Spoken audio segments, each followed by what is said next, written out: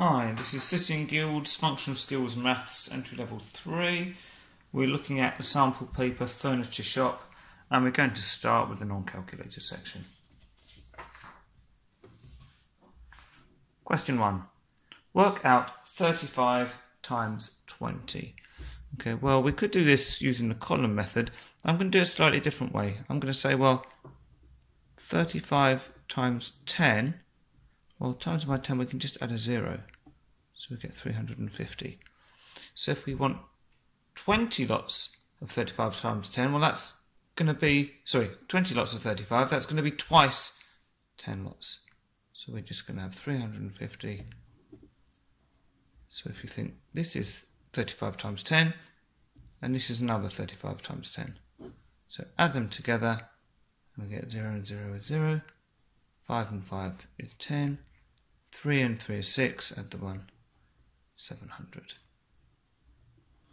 Or if you just want to do it the column way, we can say 35 times 20. 0 times 5 is 0. 0 times 3 is 0. Then we're moving on to the 10s, so we can put a 0 here. 2 times 5 is 10. 0, carry the 1. And 2 times 3 is 6, add the 1, 7. And as you can see, when you add these two together, 0 plus 700, we get 700. So two different ways of answering that one. You obviously only need to use one of those. Question 2. 575 divided by 25. Right, well let's do this using the bus stop method. So we put the 25 on the outside, then the 575. So, does 25 go into 5? No, it doesn't. So put a 0 and let's carry the 5 across. What about 25s into 57? Well, once 25 is 25, 2 times 25, well 25 plus 25, 5 and 5 is 10, the 1. 2 and 2 is 4, add the 1 is 5. So two 25s are 50, so we know that 25 goes into 50 twice, so 57, that means we're going to have 7 left over. Okay, so how many times does 25 go into 75?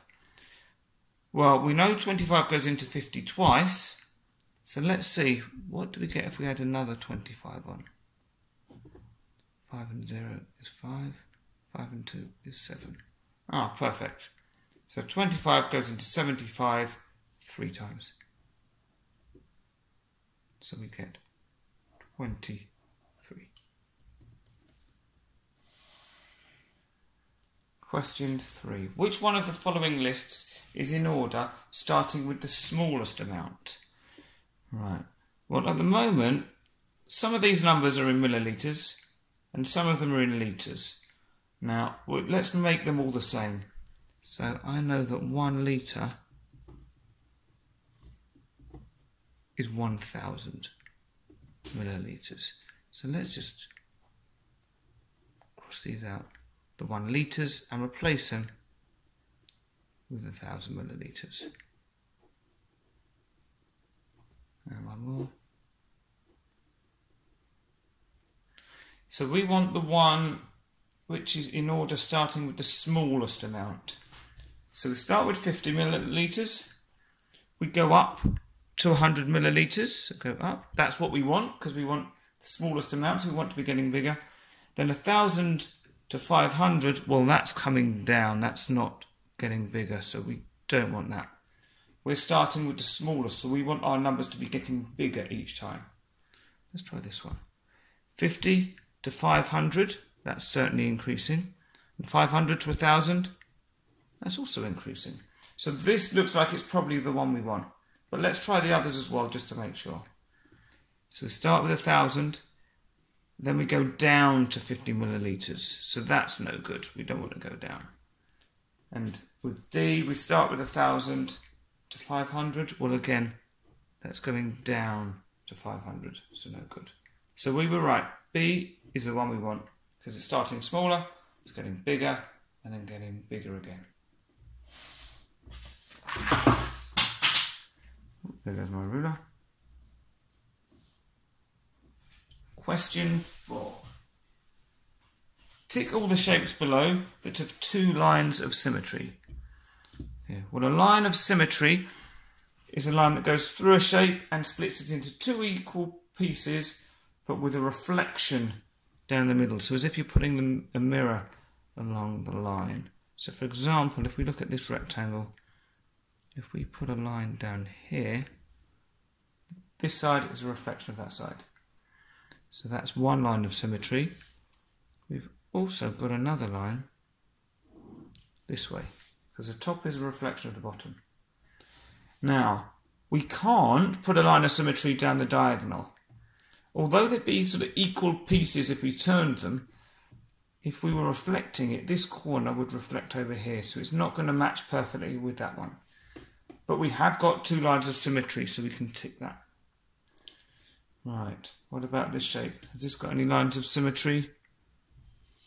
No, for it to have a line of symmetry, we could maybe do one through here, but we'd need this line to match perfectly on here. And this line is only 1.5 centimetres.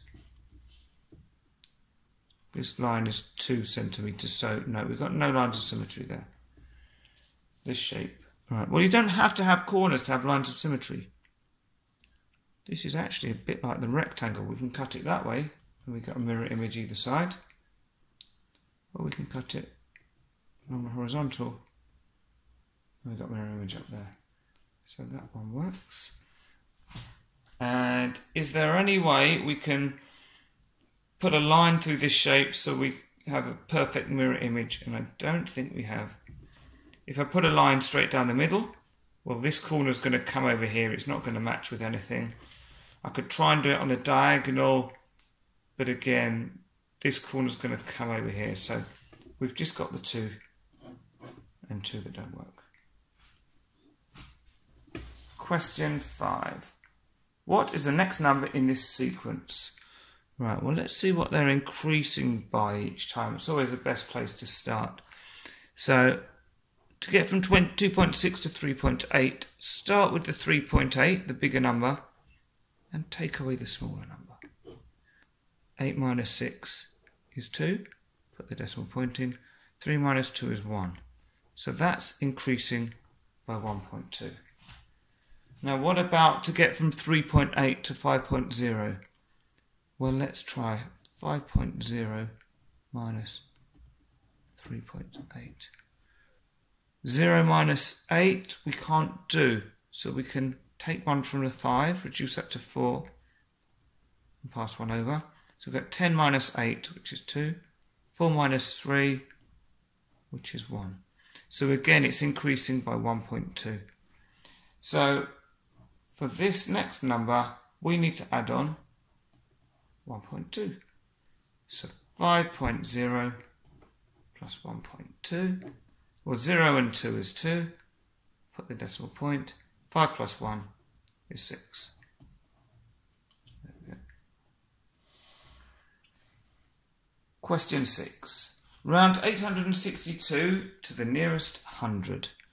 Well, at the moment, the 8 is in my hundreds position. So we look at the next digit, which is the 6. If it was less than 5, well, then we'd just go down to 800. But because it's 5 or more, we need to go up to the next 100, which is going to be 900. Question 7. Which of these is the lowest number? If you've seen any of my videos before, you'll know I like to write these numbers one on top of the other, lining them up with the hundreds, the tens, the units, the tenths and the hundredths. And then to make it easier to compare, if we haven't got the same number of decimal places, we can just fill in the ends with zeros. So all of the numbers start with 827. So we can ignore that. We can just look at the decimal places. In fact, we can pretend the decimal point's not even there and compare 50, 29, 78 and 70. Which is the lowest number? You can see, just revealing there. Well, 29 is the lowest. So it's going to be this one here.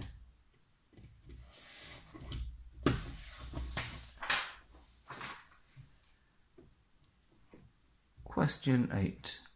A man working in a warehouse is only allowed to lift boxes that weigh up to 25 kilograms. So that means he can lift 25 kilograms or anything lighter than 25 kilograms. We've got 4 boxes here. Which of these boxes is he allowed to lift? Okay, well, let's start with the kilogram boxes first of all. We've got some in grams, we've got some in kilograms. So if you can do up to 25, well, 31 kilograms is more than 25, so he can't lift that one. But 22 kilograms is less than 25 kilograms, so that one's okay. Now we've got grams. Well, I know that 1,000 grams is 1 kilogram.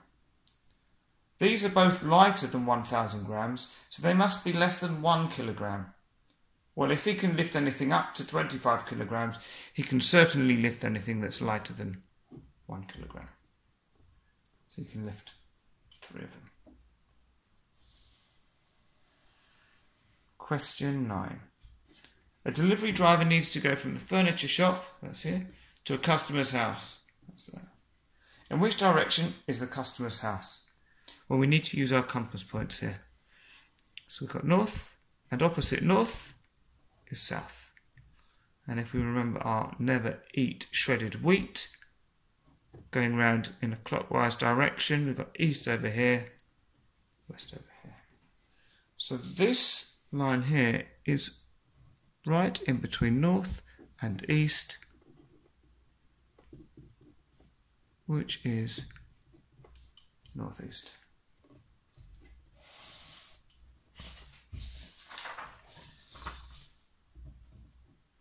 Question 10.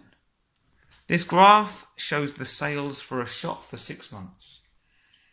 So we've got the months July, August, September, October, November, December along the bottom. And up here we've got our sales. So in July the sales were 800, in August they were 600, and they went up and then down. And the question is, in which 2 months did the shop have its highest sales? So we look for the highest points on here. Well, let's use my ruler to find. This one we can definitely see is the highest one. So we want that one there. Then if we come down, what's the next point we reach? Well, it's this one here. So if we then draw a line down, we can see which months these relate to. So we've got October and November.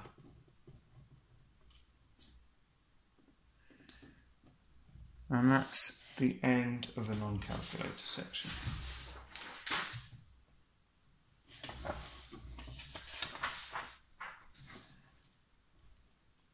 So now we're still with functional skills, maths, entry level 3, city and guilds.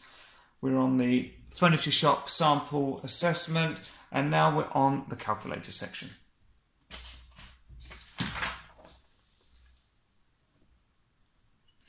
What is £244.75 rounded to the nearest pound? So the nearest pound, well, these are my sort of pounds, my units. So we look at the first digit after the whole pounds, which is a 7. So if it's 5 or more, we need to round up. So that means we go to the next whole pound, which would be 245. And we put our pound sign in as well. Question 2. Which one of the following is the best to measure out 200 grams of butter? Well, scales seems a fairly sensible option. A teaspoon.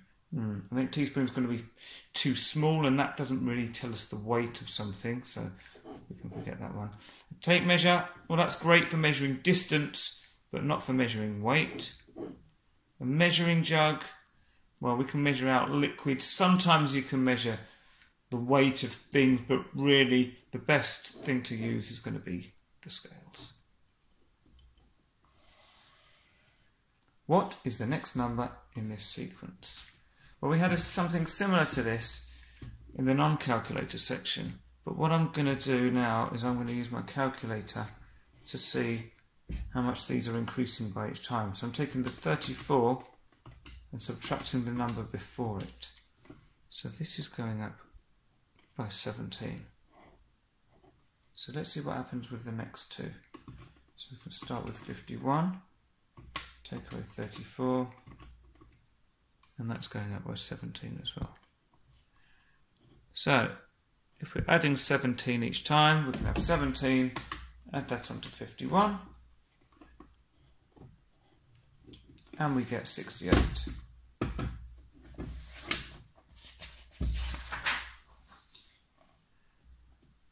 Question 4. A customer wants to buy a sofa that costs £699. He has £480 cash and these vouchers. We've got all of these here. Does the customer have enough money in cash and vouchers to pay for the sofa? Explain your answer. Right, well, we know he's got £480 in cash. How much has he got in vouchers? Well, 25, 25, 25. So we can add these all up. Or we can say, well, I've got 1, 2, 3, 4, 5 lots of 25. And we can use our calculator to see that that is £125. Now, if we add on the £480 cash that we've got, we get £605. Now, the cost of the sofa is £699. Well, £605 is less than £699. So, have they got enough? No, they haven't. You don't have to use the less than sign. I'm just using it for convenience, but you can just say 605 is less than 699. So no, they don't have enough.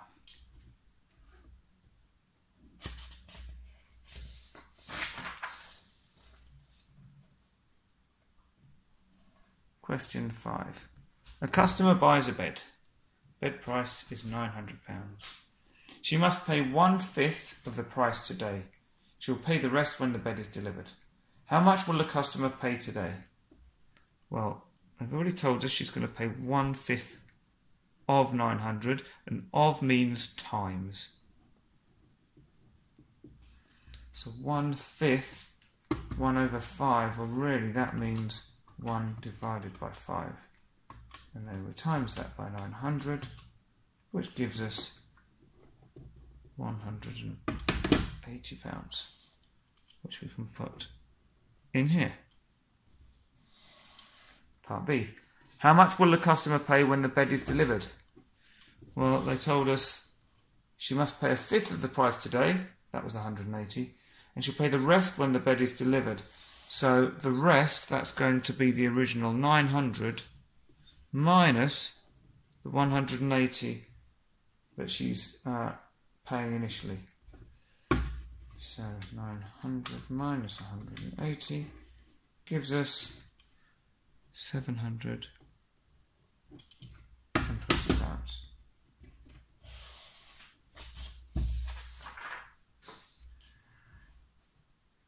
Question 6. A man wants to buy a wardrobe.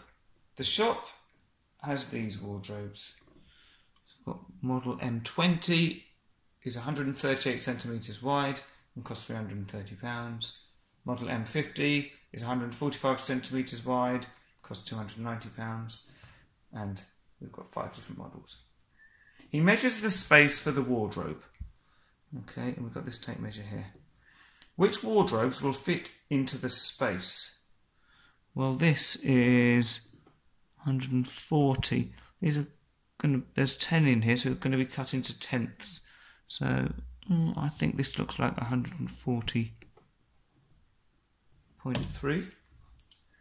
Well, certainly 138 is less than 140, so that one's good. 145, that's going to be up here. so that's no good. 135, that's over here, so that's smaller, so that's good. 130, well that's going to be even further down here. That's fine. And 200 centimetres, well that's much more than 140, that's going to be up here. So the models that are going to fit are these three. So we've got M20, M60 and M80. Which wardrobe should the man buy? Give a reason. Okay. Well, we could go for... Maybe we could go for M20 because it's the biggest one that would fit. Or I'm actually going to go for M80 because this, out of the three, this is the cheapest one. So I'm going to be cheap and say M80, which is £280. And the reason, because it is the cheapest wardrobe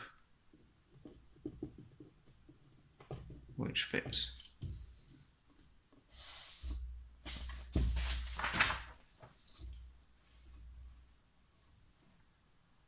Question 7. A customer called Mr. Brown phoned to order a chair this morning. This clock shows the time he phoned.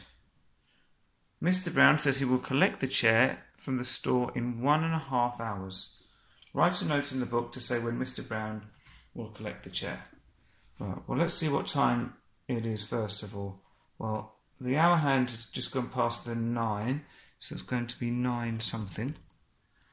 And remember, each of these sections is 5 minutes. So 5, 10, 15, 20. So it's 9:20, and it's this morning, so 9:20 a.m.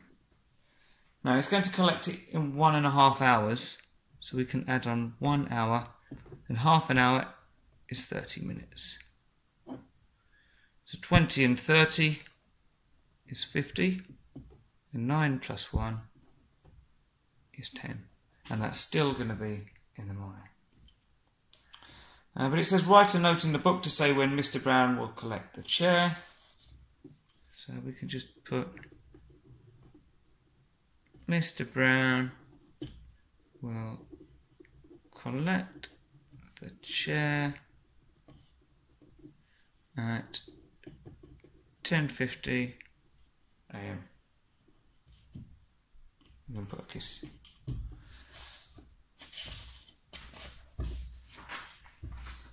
Question 8. A supervisor keeps records about her team. She wants to find out who made the most sales today and the value of their sales. She works out the value of sales each salesperson made this morning. She puts this information into the following chart. So this is this morning. And we've got this chart here. Okay. It then says the table below, so down here, shows the value of sales each salesperson made this afternoon. Okay, so Ali, Colin, Daz, Mo and Rob, value of sales in the afternoon. Right, so they're the same units as before. So sales rounded to the nearest pound. So rounded to the nearest pound. Let's see what the actual question is. And it says, which salesperson made the highest value of sales today? Explain your answer. Right, so what we want to do is find out what their sales were in the morning and then add them to the sales in the afternoon. Okay, so let's start with Rob. Well, each of these sections here, we've got 1, 2, 3, 4, 5, 6, 7, 8, 9, 10 sections, and the difference between these is £50. So if we do 50 divided by 10, and we can use the calculator, no problem with that, we get £5. So each of these one little sections is £5. So for Rob, well, the easiest way to do it is say, well, here would be 250. He's one little section away. So 250 minus 5, so this is going to be £245. So actually, where should we write it? Let's write it at the side for now. 245 for Rob. Okay, what about Mo? Well, Mo, I'm going to do it from here. So £250 would be here. We're going up £5 each time. So 255, 260, 265, 270, 275, 280, 285, 290. So £290. Or you could start at 300 and count back. It's up to you. Now, Daz, let's start at £150 here. Again, we're going to go up in fives. 155, 160, 165, 170, 175, 180. And for Colin, 250 here. So 255, 260, 265, 270, 275. And finally, we've got Ali. So 200 is here, and make sure we're counting the sections. So 205, 210, 215, 220, 225, 230, 235. And you might want to do these more than once because it's very easy to miscount. So now I've got all the values there. I'm going to write them onto my table. So these are the afternoon. So I'm going to put my morning values up here. So for Ali, she had 235. Now the first thing to notice on here is that the table has got Rob at the top coming down, but on our table Rob is actually over this side. So we're going to make sure we kind of write the right person's amount in the right place. So Rob was 245. Let's write that one up here. And Mo, well, Mo was 290. So we can write that one up there. Daz was £180. Colin was 275.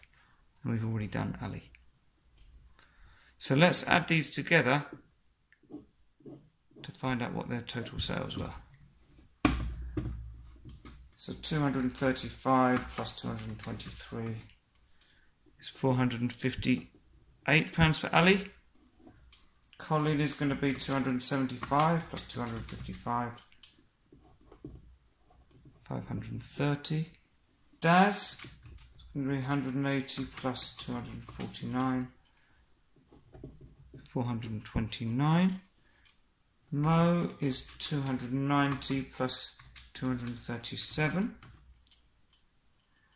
which is £527, and Rob is going to be 245 plus 295, which is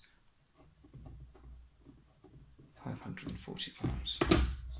Now let's check what the question was again, and they were asking for which salesperson made the highest value of sales today. So which is the biggest number? Well, these two are in the 400s. We've got 530, 527, that's less than 530, or 540, that's more than 530, so it's going to be Rob.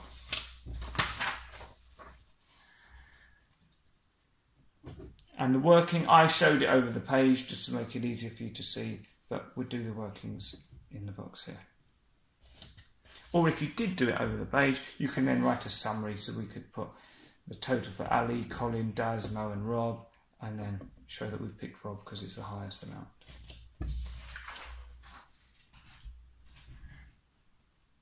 Question 9. The manager of a bed store needs to draw a line graph to show how many beds they sold in the last 3 months. So in January they sold 50 beds, February 70 beds, and in March 80 beds. Draw a line graph to show this information.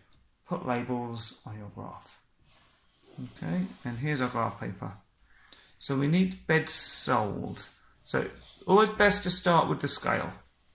And you don't have to, but it's easiest to have the scale going up the side. So if we start down here, so we always want to start at 0. Well, let's see. Maybe we could go up. The obvious way would seem to be going up in tens.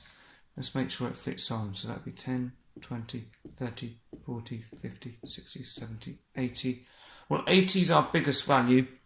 So long as we get at least our biggest value on there, that's fine.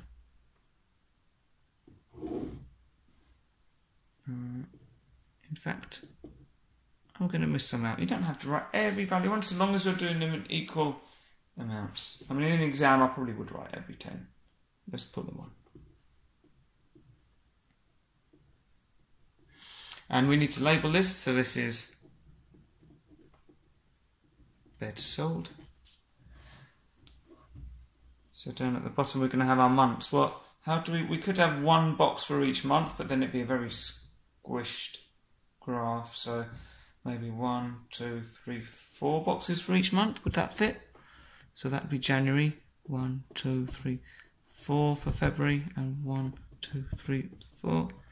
Yeah, that works. But always best to measure these things out first. Don't draw it straight away, because if it doesn't fit, then you've got to do a lot of rubbing out and it can look quite messy.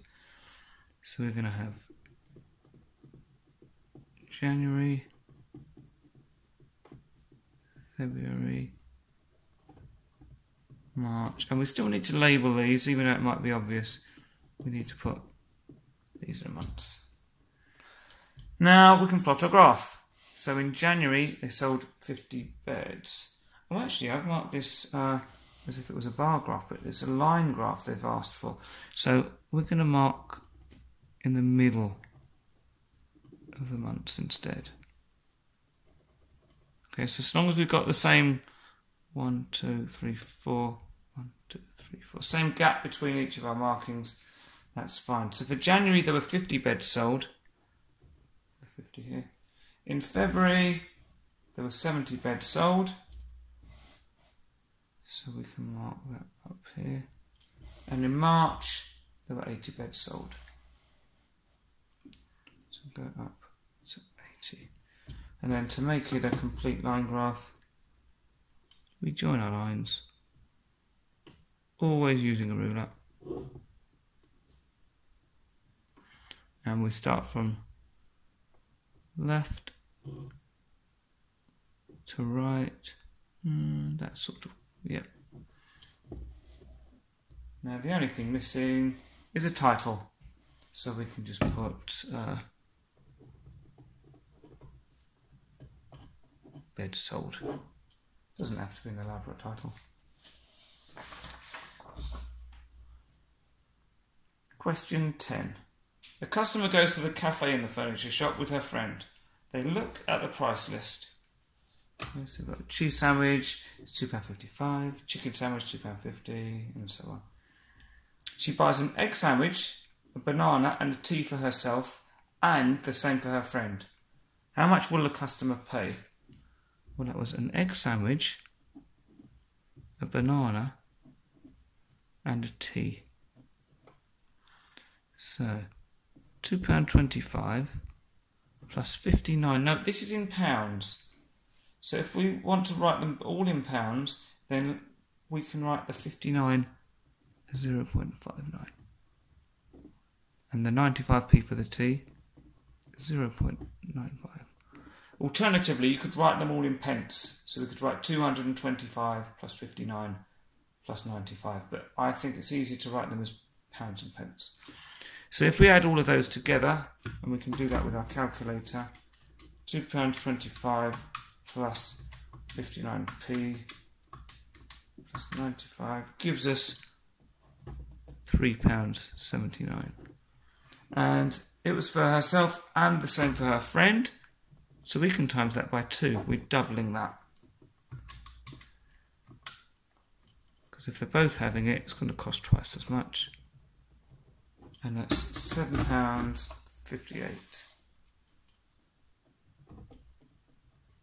And again, make sure we put the pound sign in. The customer pays with the £20 note. How much change should she get? So it's going to be 20 minus £7.58.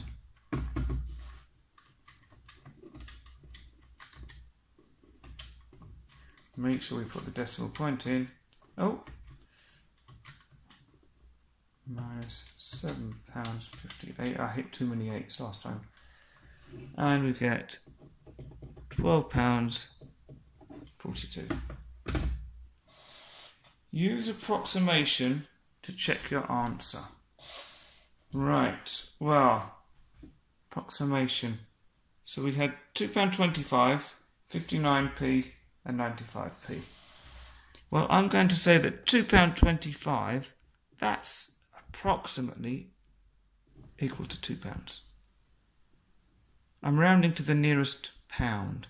So 59p, if I round to the nearest pound, I'm going to look at this digit, which is the first one after the decimal point. It's 5 or more, so we're going to round that up to the nearest pound. And 95p for the cup of tea. To the nearest pound, again we look at the digit after the decimal point.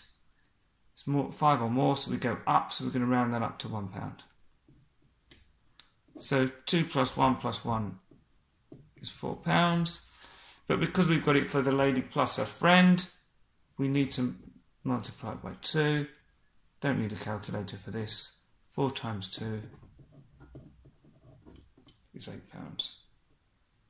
That's our check. Well, that's our check for how much it costs. Then if we want to check how much change she gets, well, then we do the 20 minus 8.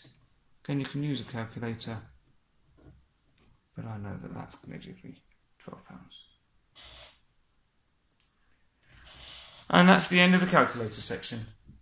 So I hope you found it helpful.